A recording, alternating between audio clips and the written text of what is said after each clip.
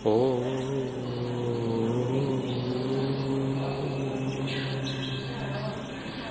ओ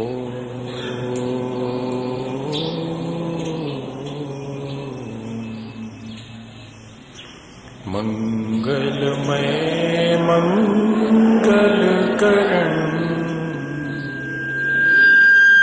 वीतराग विज्ञान नमो ताहि जाते भजे अरहंतादि महान। जो विद्यादि सागर सुधी जो विद्यादि सागर सुधी गुरु हैं हितैषी शुद्धात्म में निरत नित्य हितोपदेशी। वे पाप ग्रीष्म ऋतु में जल हैं सयाने पूजूं उन्हें सतत केवल ज्ञान पाने पूजूं उनके सतत केवल ज्ञान पाने। बोले भगवान महावीर स्वामी के, आचार्य कुंद कुंद स्वामी के, आचार्य गुरुवर विद्यासागर मुनि महाराज।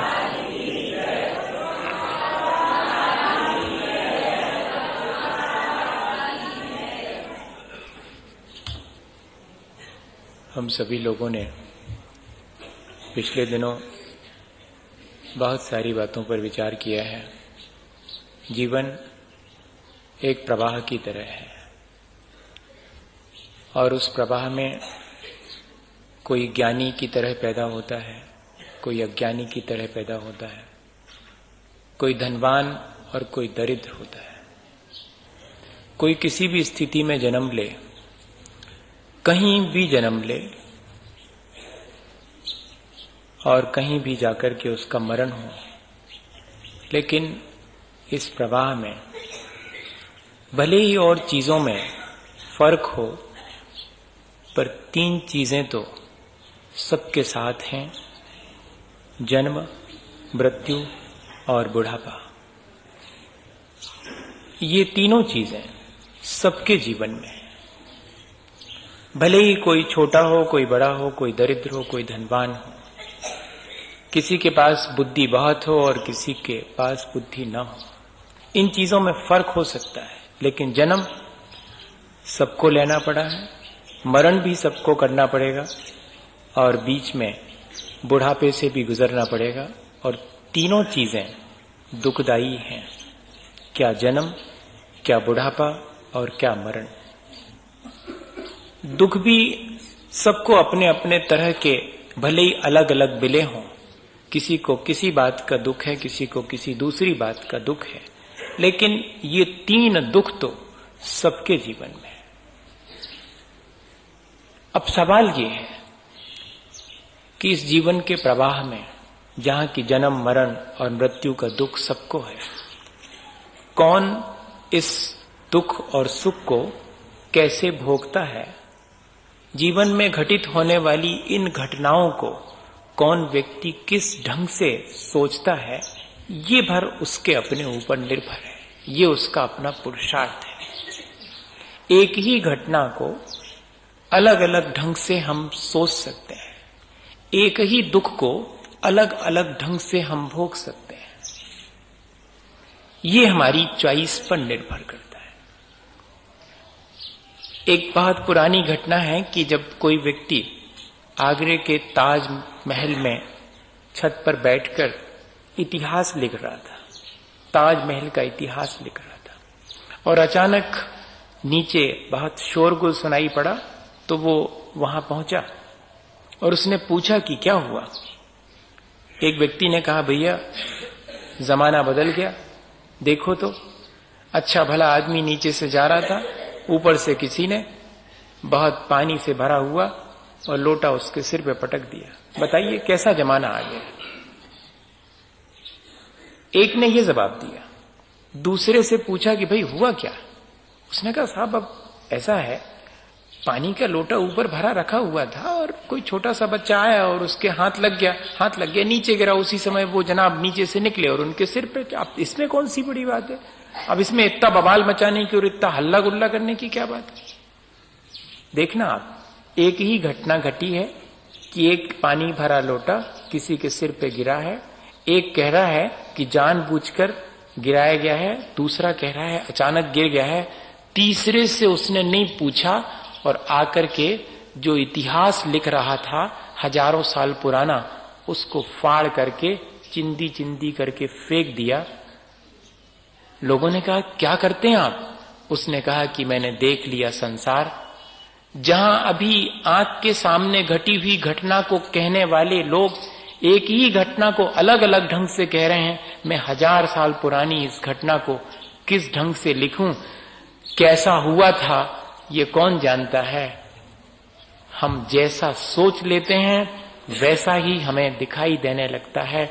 बस ये हमारी अपनी चॉइस है कि हम इस संसार के जन्म मरण और बुढ़ापे की पीड़ा को सोए सोए भोगते हैं या कि जागृत होकर के भोगते हैं। जो जागृत होकर के भोगते हैं वे इस पीड़ा से पार हो जाते हैं, और जो इस पीड़ा को ये मान करके कि कहीं बाहर से आ रही है, उन बाह्य कारणों की खोज में लग जाते हैं कि इसने मुझे दुख दे दिया, इसकी वजह से मरण हो गया, इसके निमित्त से मुझे जन्म हुआ है, उसमें मुझे हर्ष है, इसके निमित्त से मरण हुआ है, इसमें मुझे पीड़ा है। बुढ़ापा इसलिए आ गया क्योंकि मेरी ठीक से देख रेख नहीं की गई है, इसलिए शरीर जल्दी जीर्ण शीर्ण हो गया, नहीं तो अभी तो भला चंगा और दिन तक चलता। ऐसी दुनिया भर की चीजें हमारे मन में आती हैं इन जन्म मृत्यु और बुढ़ापे को लेकर के। यदि हम गाफिल हैं, यदि हम मोह से युक्त हैं, जिसको हम कहें कि हम बहुत असावधान हैं अगर, तो इस संसार में घटने वाली घटनाओं को हम अपने मुताबिक देख करके और परेशान हो सकते हैं। और यदि हम चाहें तो बहुत सावधानी से इस पर विचार करें। जानित जई चिंतित जई जीव जरा मरण भय दुखई विशेषु न विरजई अहो सुबद्धो माया गंठियो। ये मोह की मिथ्यात्व की ग्रंथि इतनी प्रबल है कि यह जीव जानता है, विचार भी करता है कि यहाँ जन्म जरा और मृत्यु की पीड़ा के अलावा मुझे कुछ नहीं मिला, इसके बावजूद भी संसार से विरक्त नहीं हो पाता। ये इतनी अधिक गहरी गाफिलता है। हम चाहें तो इस असावधानी से बच सकते हैं, हम चाहें तो बहुत सावधान होकर के अपना जीवन जी सकते हैं। हम इस जन्म मृत्यु के खेल से पार हो सकते हैं। ये हमारे ऊपर निर्भर करता है। ये खेल हम खेल रहे हैं, स्वयं अपने परिणामों से खेल रहे हैं, इस तरफ ध्यान नहीं जाता हमारा। बाकी सब चीजों में ध्यान है। अगर ज्ञान कम है तो ज्ञान हासिल करने में लगे हैं, धन कम है तो धन की कोशिश में लगे हुए हैं, और जितनी चीजों की कमी वेशी महसूस होती है उन सब के लिए हम बहुत एफर्ट कर रहे हैं। उन सब में हम देखते हैं कि कितना अंतर है, लेकिन एक चीज नहीं देखते हैं जिसमें सब समान है। कोई कैसा भी क्यों ना हो, उसे जन्म मरण और बुढ़ापा भोगना ही पड़ेगा। उस सब की पीड़ा सबके जिम्मे बराबर बराबर आई है। बाकी चीजों में अंतर हो सकता है, इन तीनों चीजों में तो।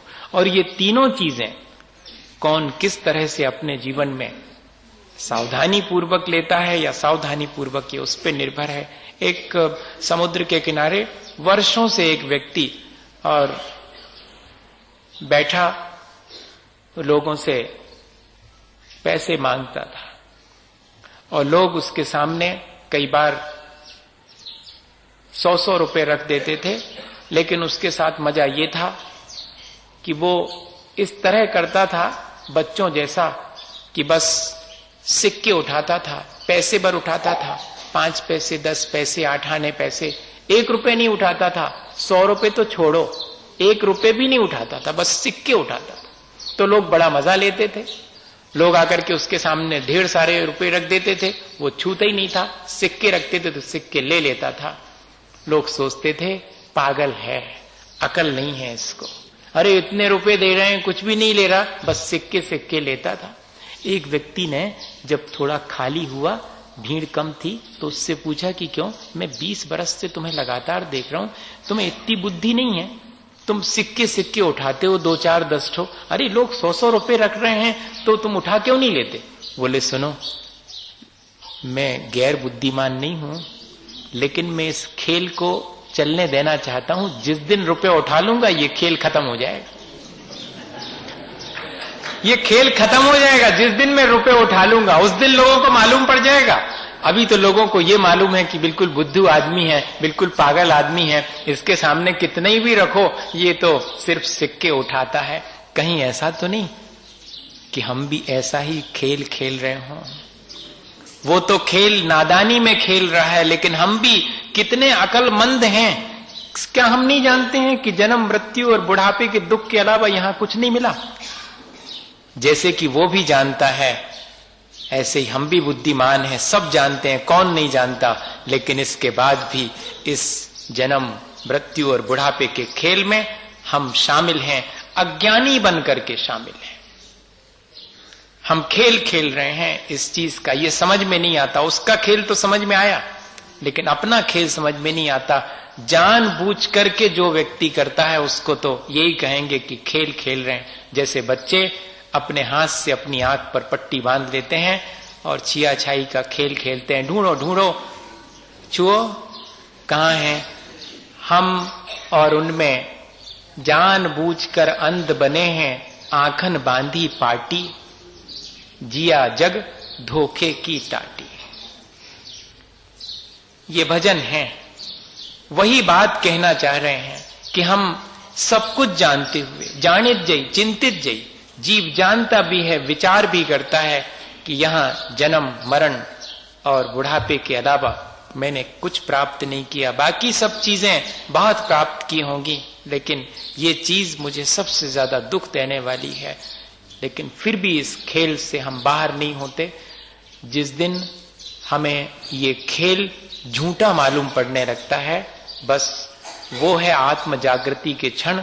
और जिन क्षणों में किसी के भी अंदर ये आत्म जागृति आ जाती है कि अब इस जन्म मृत्यु और बुढ़ापे के खेल से मैं बाहर हो जाऊंगा, बस मानिए उसी दिन वो महाव्रती मुनि या कि अनुव्रती श्रावक बन जाता है। नैष्ठिक श्रावक वही है जो कि अपने जन्म मृत्यु और बुढ़ापे के खेल से बाहर होने के लिए तत्पर हो गया है। प्रतिमाएं जो ग्रहण करता है वो नैष्ठिक श्रावक है, और प्रतिमाएं ग्रहण करने वाला अपने भीतर संसार शरीर और भोगों की वास्तविकता को जानकर इस खेल से बाहर होने के लिए प्रयत्न करता है। सारे व्रत इसीलिए ग्रहण किए जाते हैं ताकि इस जन्म मृत्यु और बुढ़ापे की पीड़ा से हम निकल जावें। और इतना ही नहीं, प्रतिमाओं के साथ ये बड़ा मजा है कि जो संकल्प हम एक बार ले लेते हैं, उससे आगे का संकल्प जब हम लेते हैं तो पुराना संकल्प ज्यों का त्यों कंटिन्यू बना रहता है। ऐसा नहीं सोचना कि हमने पहले जो संकल्प लिया था अब उससे बड़ा संकल्प लेंगे तो पुराना वाला अब आवश्यक नहीं है, बड़ा संकल्प ले लिया बस वही हम निभाएंगे। ऐसा नहीं है। पहली प्रतिमा में जिन चीजों का संकल्प करते हैं, दूसरी प्रतिमा में भी वे ही चीजें होती हैं, कुछ और नई चीजें जुड़ जाती हैं। ऐसा नहीं है कि आगे पाठ पीछे सपाट, पहली पढ़ ली अब पहली दूसरी में चले गए तो पहली वाला कुछ भी नहीं पढ़ना है। यहाँ ऐसा नहीं है। दूसरी में गए हैं तो पहली वाला भी पढ़ना है, दूसरी वाला भी पढ़ना है। दोनों संकल्प, धीरे धीरे संकल्प की शक्ति बढ़ती जाती है, धीरे धीरे संसार शरीर और भोगों से विरक्ति बढ़ती चली जाती है, और हम समझने लगते हैं कि अब मुझे ऐसा कुछ करना है जिससे कि जन्म जरा और मृत्यु का ये खेल मैं खत्म कर सकूं। निरतिक्रमण मनुव्रत पंचकमपि शील सप्तकम चापी धारयते निश्चल्यो यो असौ व्रती नाम मतो व्रतिका। आचार्य समंतभद्र स्वामी ने दूसरी व्रत प्रतिमा के बारे में लिखा है कि जो 5 अणुव्रतों का और उसके साथ 7 शील व्रतों का निरतिचार निर्दोष रूप से पालन करता है और निश्चल होता है, वो व्रती है। हम सब लोग जब तक व्रती नहीं बनेंगे तब तक कल्याण की शुरुआत नहीं होगी। पहली प्रतिमा से अकेले काम नहीं चलता, कम से कम 2 प्रतिमा के व्रत लेने पर व्रती कहलाता है। व्रती श्रावक ही सिर्फ देव आयु का बंध करता है, अन्य आयुओं का बंध नहीं होता, उसे खोटी आयु से बच जाता है। या कि व्रती रह करके और अंतिम समय में अगर अणुव्रतों के बाद वो महाव्रत ग्रहण कर ले तो उसी भाव से बिना कोई आयु बांधे जन्म मरण के खेल से पार हो सकता है। इतना बड़ा डिक्लेरेशन है आचार्य भगवंतों का।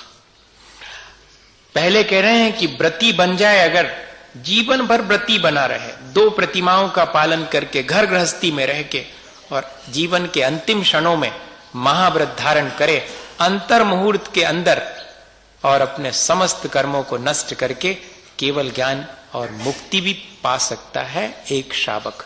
और अगर नहीं पा सके तो यो श्रावक व्रतपाल स्वर्ग 16 उपजावे, तैते चय नर जन्म पाए, मुनि भय शिव जाए।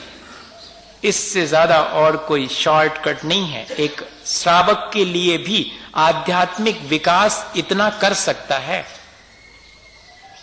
कि श्रावक के 12 व्रतों का पालन करके निरतिचार और स्वर्ग में उत्पन्न हो और वहां से आए मनुष्य बनकर मुनि हो और मोक्ष चला जाए। या तो देव आयु बांधता है और या फिर कोई आयु नहीं बांध करके और सीधा मुक्ति को प्राप्त कर सकता है। ये 12 व्रत जो निर्दोष रूप से श्रावक के द्वारा, अभी महाव्रतों की बात नहीं कर रहे हैं, एक श्रावक अपने जीवन में, एक हाउस होल्डर, एक घर गृहस्थी में रहने वाला व्यक्ति भी अपने जीवन को इतने ऊंचे उठा सकता है, ये आचार्य भगवंतों का कहना है। अब सवाल ये है कि हम उनकी कही बात को कितना कर पाते हैं, आज के वातावरण में कितना संभव है। संभव तो बहुत कुछ है, लेकिन क्या करें, हमने अपने चारों तरफ अपने कमजोरी से इस तरह अपना जीवन बना लिया है कि अब उसमें ये सारी चीजें बहुत मुश्किल लगती हैं। प्रतिमाओं का पालन करना आज सबसे ज्यादा मुश्किल हो गया, क्योंकि प्रतिमाएं सामान्य व्रत नहीं है, जीवन भर का मामला है, जीवन के अंतिम क्षण तक। मैंने अभी तक सिर्फ 1-2 लोगों को प्रतिमा दी है, और वो भी जब उन अम्मा जी ने बहुत जिद की तब ललितपुर में, और उनके बेटे बहू ने आकर के कमिट किया कि आप निश्चिंत होकर इनको दीजिए, जीवन के अंतिम क्षण में शुद्ध भोजन खिलाने की जिम्मेदारी हम लेते हैं। कुएं का पानी और हाथ की चक्की का आटा, हम इनको मर्यादा का भोजन खिलाएंगे, बस ये अपने परिणाम संभाले रहें, बाकी हम संभाल लें। उनके अपने बेटे बहू ने ये कमिट किया। मैंने कहा फिर तो बहुत आसान है पालन करना, वरना आसान नहीं है। अभी हाथ पैर चलते हैं तब तक तो आप सब कर लेंगे, उसके बाद फिर इतनी पराधीनता हो जाती है कि फिर बहुत मुश्किल होता है। पर फिर भी भावना तो भानी चाहिए। अपन ये इसलिए समझ रहे हैं कि जितना संकल्प हम कर सकें वो तो हम करेंगे, बाकी जो हम नहीं कर पा रहे हैं उसके लिए हम भावना अवश्य भाएंगे। कैसे होते हैं 12 व्रत? ज्यादा कठिन नहीं है। मैं अब अपने जन्म मरण और बुढ़ापे की पीड़ा से बचना चाह रहा हूं, इसलिए मैं अब अपने जीवन में किसी को तकलीफ नहीं पहुंचाऊंगा जानबूझ करके। हो गया अहिंसा अनुव्रत। मैं किसी के भी मरण में निमित्त नहीं बनूंगा, मैं किसी के दुख में निमित्त नहीं बनूंगा। अब मैं ऐसा संकल्प करता हूं, ये अहिंसा अनुव्रत। मैं किसी को किसी की चीज हड़प करके तकलीफ नहीं पहुंचाऊंगा, अचौर्य अनुव्रत। मैं किसी से झूठ बोल करके उसे दुख नहीं पहुंचाऊंगा, सत्यानुव्रत। बताइएगा, सब में वही चीज है। मैं किसी को पीड़ा नहीं पहुंचाऊंगा मार पीट करके, मैं किसी के धन हड़प करके पीड़ा नहीं पहुंचाऊंगा, किसी से झूठ बोल के पीड़ा नहीं पहुंचाऊंगा, किसी के प्रति अपने मन को खोटा करके उसे पीड़ा नहीं पहुंचाऊंगा। ध्यान रखना, हम दूसरे के दूसरे के बारे में खोटा विचार करके और उसे पीड़ा पहुंचाते हैं, उससे हमारी बैड विशेस मिलती हैं, ये ध्यान रखना। ऐसा नहीं है कि हमने दूसरे के बारे में कुछ खोटा सोचा तो उसको क्या फर्क पड़ा, नहीं, उस तक वो बात, थॉट वेव्स आज साइंस ने खोज ली है। हमारे विचार भी दूसरे को प्रभावित करते हैं, इतने सूक्ष्म रूप से प्रभावित करते हैं। तो दूसरे के बारे में बुरा नहीं सोचूंगा, दृष्टि बुरी नहीं करूंगा, ब्रह्मचर्य अनुव्रत, मैं इतनी चीजें संचित करके नहीं रखूंगा कि दूसरे का हक छिन जाए। जब जब भी हम अपनी आवश्यकता से ज्यादा चीजें इकट्ठी करके रखते हैं, मानिए हम दूसरे का शोषण कर रहे हैं, उसका हक छीन रहे हैं। गांधी जी ने लिखा कि नदी मेरे गांव से और मेरे आंगन के बाहर से बहती है, इसका मतलब ये नहीं है कि नदी मेरी हो गई, मेरा उस पर कोई अधिकार नहीं है। मेरा अधिकार सिर्फ जब मैं अपने पीने के लायक पानी लेऊं उतने पर है, बाकी सब सबका है। ये सोच होना चाहिए, तब आएगा अब परिग्रह का परिमाण, इच्छाओं का परिमाण। ये 5 अनुव्रत, कोई कठिनाई है इसमें, मुझे बताइए, है कठिनाई? अगर ऐसा भीतर सोचेंगे तो जरा मुश्किल तो मालूम पड़ेगी, कितनी सावधानी रखना पड़ेगी। और इतने ही नहीं, अब दिशाओं में आने जाने की सीमा निर्धारित, स्थान कितनी दूर कहां तक जाऊंगा इसकी सीमा निर्धारित, मन वचन काय से वो क्रियाएं नहीं करूंगा जो अनिष्टकारी हैं, दूसरे का अपकार करने वाली। अनर्थ दंड व्रत, दिग्व्रत, देशव्रत, यही तो है, और कोई बड़ी चीज है क्या?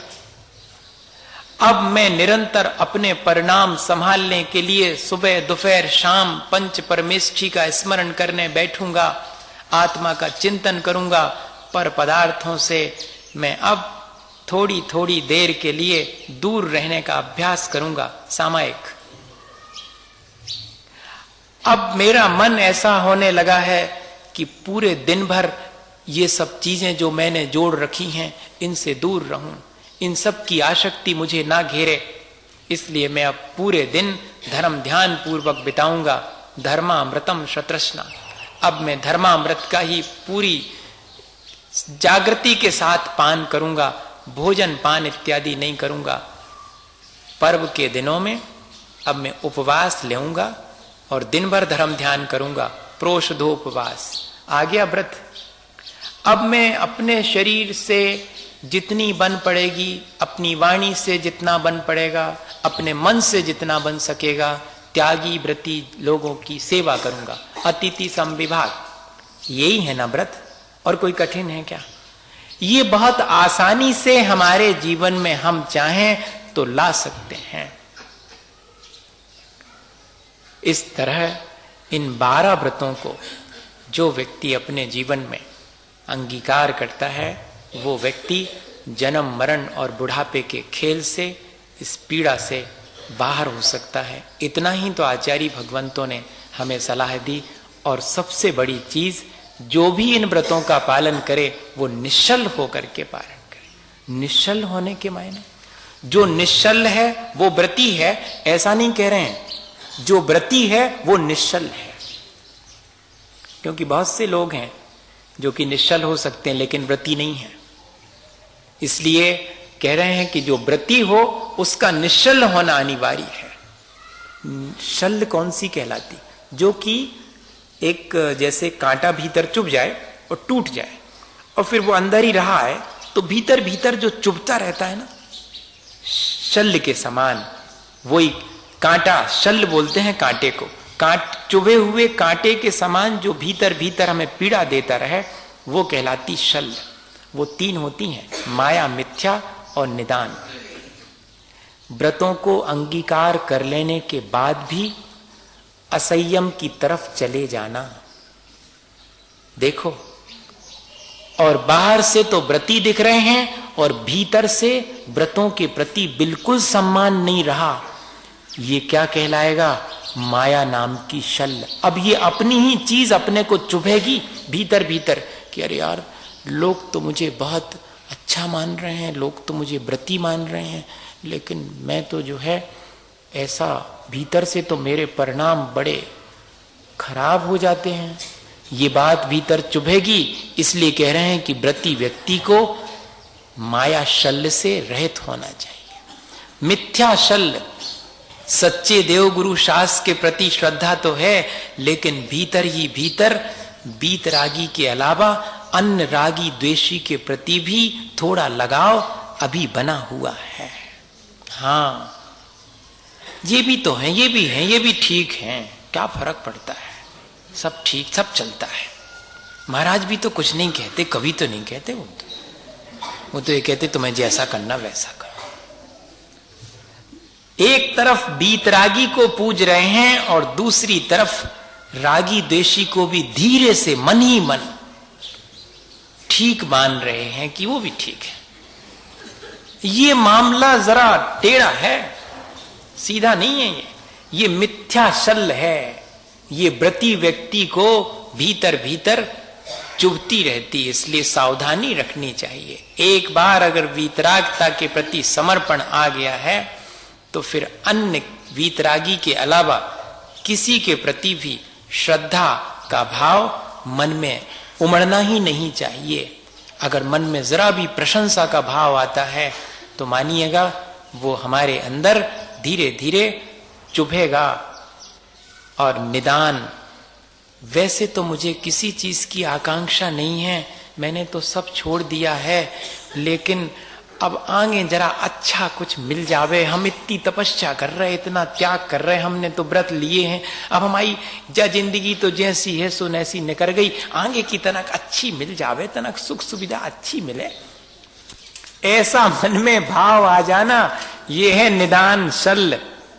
अब मैं त्यागी व्रती हूं तो चार लोग जरा इस संसार में हमें पूछें तो हमारा तो नाम तक नहीं बोलो, हमने 10 दिन के उपवास करे, भूल गए हुई, हमने लिखवाओ तो हतो वैसे मनोमंच से बोलो ही नहीं है उनने। अरे अपने अपने लोगों का बोलते हैं ये लोग, हमारा बोला ही नहीं। ये क्या है?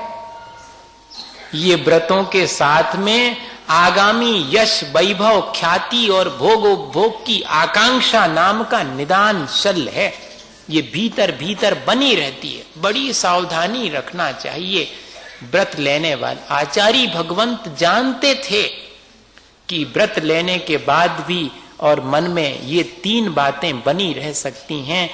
असंयम छोड़ के संयम लिया है, असंयम की तरफ झुकाव ना हो जाए, सावधान रहना। राग द्वेष को छोड़ करके वीतरागी की तरफ श्रद्धान किया है, फिर से कहीं बीतराग भेंट्यो अबे मेटो राग कुटे। अब बीतराग से भेंट हो जाने के बाद ऐसा ना हो कि मेरा मन फिर उसी राग द्वेष में चला जावे, और मैंने जब संसार, शरीर और भोगों की तासीर समझ ली है, इनमें सुख नहीं है, तो ऐसा ना हो कि मेरा मन इन सब को छोड़ देने के बाद भी फिर से उसी तरफ चला जाए। ये तीनों चीजें बहुत सावधानी की हैं। तो व्रती व्यक्ति को निश्चल होकर के इन व्रतों का पालन करता है, तब फिर वो अवश्य अपने जीवन का कल्याण कर लेता। एक छोटी सी घटना सुनाऊं और बात अपनी पूरी हो जाएगी, इतना ही पर्याप्त है। हमें इतना ही सोच के आया था, इससे ज्यादा और जितना सोचता हूं उतना ही बता देता हूं आपको, ज्यादा कौन। अब हम थक गए बहुत, कितनी सारी चीजों पे अपन डिस्कशन कर, थके हैं, हारे नहीं है, ये ध्यान रखना आप। हारना अलग चीज है, थक करके थोड़ा विश्राम करेंगे, फिर तैयार हो जाएंगे, फिर चलेंगे। देखो तो कैसा होता होगा ज्ञान। हम तो कई बार सोचते हैं जो सर्वार सिद्धि के देव हैं, अहमिंद्र हैं, वे 33 सागर की आयु तक रोज नई नई चर्चा धर्म की करते हैं, कभी रिपीट नहीं करते, इतना ज्ञान होता होगा। और केवल ज्ञान तो और कैसा होता होगा। द्वादशांग जिसको पूरा, जिसके हाथ में है, वो जीवन भर नई नई चीजों का चिंतन करता है अपने कल्याण के लिए। संसार में, संसार बढ़ाने के लिए तो हम कितनी चीजों इजाद करते हैं, नई नई चीजें, लेकिन अपने मोक्ष मार्ग के लिए हम रोज कुछ नया विचार करें, कर रहे हैं अपन थोड़ा थोड़ा। एक घटना जो मैं आपसे कह रहा था, बड़ी मजे की घटना है, वो कल सहसा याद आ गई थी। क्या हुआ कि एक साधु जी जो है बड़े शांति से अपना जीवन जीते थे। उनको कोई विकल्प नहीं, उनको किसी से कोई लेना देना नहीं। तो जो लोग भी देखते थे, देखो त्यागी व्रती अपना कल्याण तो करता ही है, और अगर वो ठीक ढंग से अपने व्रत नियमों का पालन करे तो दूसरे को कुछ बिना कहे भी रास्ता मिल जाता है। हाँ, ये बहुत बड़ी जिम्मेदारी है आज के समय में। आज के समय में त्यागी व्रती को देख करके दूसरे के अंदर त्याग तपस्या की भावना उत्पन्न होना बहुत कठिन हो गया। समझाने के बाद भी नहीं और देख करके भी नहीं होता। क्यों नहीं होता? क्योंकि उसके जीवन में जो त्याग तपस्या है वो उसके जीवन को इतना एनलाइटेड नहीं कर पा रही है कि दूसरे भी उससे प्रकाश पा सकें। ये चीज धीरे धीरे, या तो पंचम काल का यही दोष कह लो कि अब पहले तो जरा सा दूसरे को व्रत नियम लेते, एक रात त्यागी व्रती को देख करके अपने मन में त्याग तपस्या करने का मन नहीं होगा, बल्कि उसकी हंसी उड़ाने का, उसका कहीं कोई फॉल्ट मालूम पड़ जाए, बस कहीं कोई चीज लू पोल कहीं मालूम पड़ जाए, एक आध चीज, फिर उसको इंटरटेन करेंगे, फिर मजा करेंगे उसका, खुद ऊंचे नहीं उठेंगे।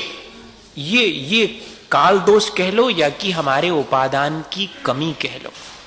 उस तपस्वी को देख करके एक व्यक्ति को बहुत आश्चर्य हुआ। उन्होंने कहा, भगवान आपकी तपस्या अद्भुत है और आप ऐसे कैसे जीवन जीते हैं? आपको संसार के बीच रह करके भी संसार की किसी चीज की आसक्ति नहीं होती?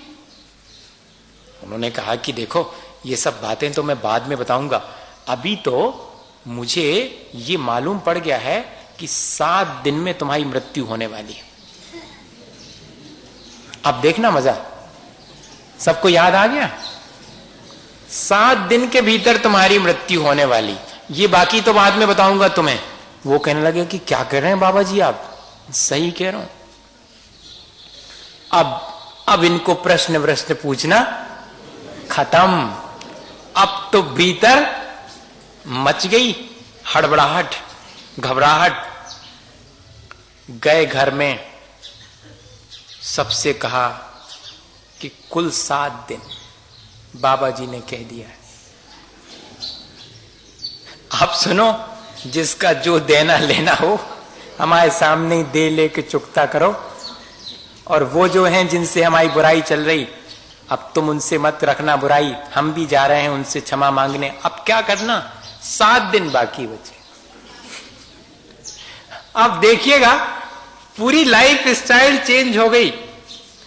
खाने पीने में कल तक तो ये नहीं बना, वो नहीं बना, हमारे मन का नहीं है, ये लाओ वो करो, कुछ नहीं, जो परोस दिया चुपचाप खा लिए। 7 दिन और बचे।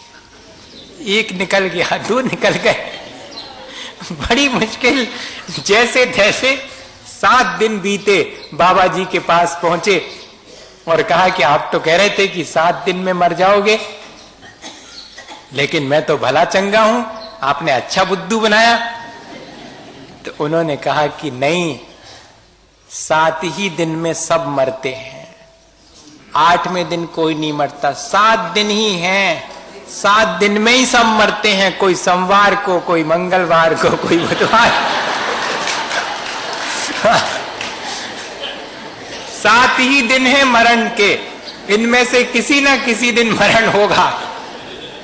और तुम वो जो हमसे पूछ रहे थे कि क्यों ऐसे संसार के बीच और प्रसन्नता पूर्वक, सावधानी पूर्वक आप रहते हैं, तो उसका उत्तर तुम्हें स्वयं मिल गया। मुझे बताओ 7 दिन तुम्हारे कैसे बीते? उसने कहा, किसी से कोई राग द्वेष नहीं रहा, कौन शत्रु कौन मित्र, क्या खाना क्या पीना, बस मैं तो ऐसे जिया हूं बहुत आराम से, शांति से, कि अब क्या करना, ज्यादा फैलाना नहीं, अब प्रपंच में नहीं पड़ना। अगर ऐसा ही अपने मन में आ जावे तो व्रत नियम घटित होना ज्यादा देर नहीं लगने वाली।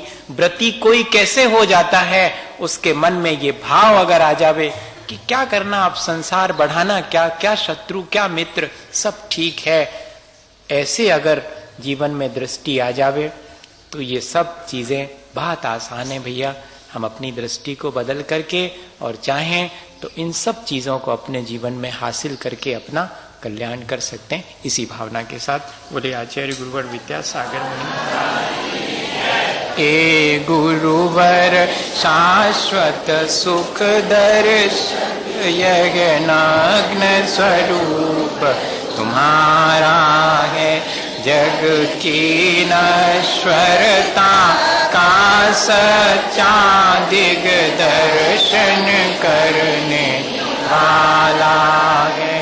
जब जग विषयों में रच बच कर गाफिल निद्रा में सोता हूँ, अथवा वह शिव के निष्कंटक पथ में विषकंटक बोता हो।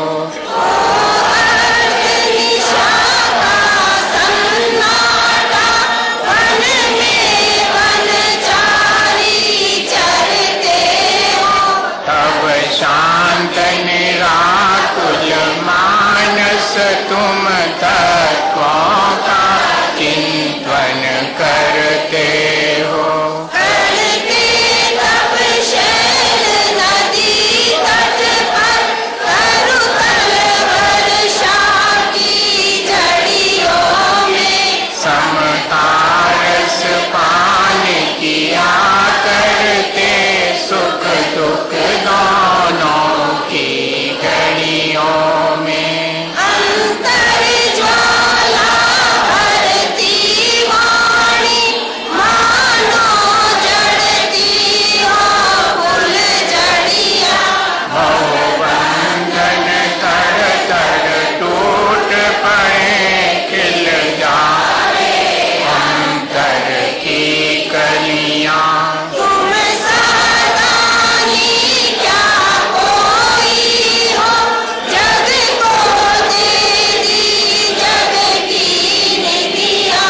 दिन रात लुटाया करते हो शम शम की अविनश्वर मणिया। हे निर्मल देव तुम्हें प्रणाम, हे ज्ञान दीप आगम प्रणाम। हे शांति त्याग के मूर्तिमान शिव पथ पंथी गुरुवर प्रणाम। विद्या तमन्ना को ज्ञान के प्रकाश को आपा परभास को भानुसी बखानी है। सहो द्रव्य जानवे को बंद विद्वानवे को सौ पर पहचानवे को परम प्रमाणी